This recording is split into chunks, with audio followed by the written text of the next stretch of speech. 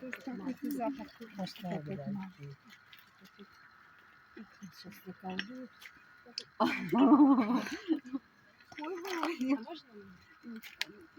Ага. Интересно, повесишь потом. А? Я рассказывал, ма. Сандал. Сандаль. Ой, так не мое. Сандал. Не люблю. Сосуды вот так. Не люблю Сосуды. сандаль. Не могу. Вот духи, где сандал, это больше Не. нормы. Сосуды сразу душиться не могу. Духи, сандаль, духи мы готовим красный сандаль. Это очень запах. Вот это нет. Это лекарство. Это есть маленький. Вот это сандаль хорошо для кожи. Посириат, экзима, валдири, приши, сипи, антимарсина,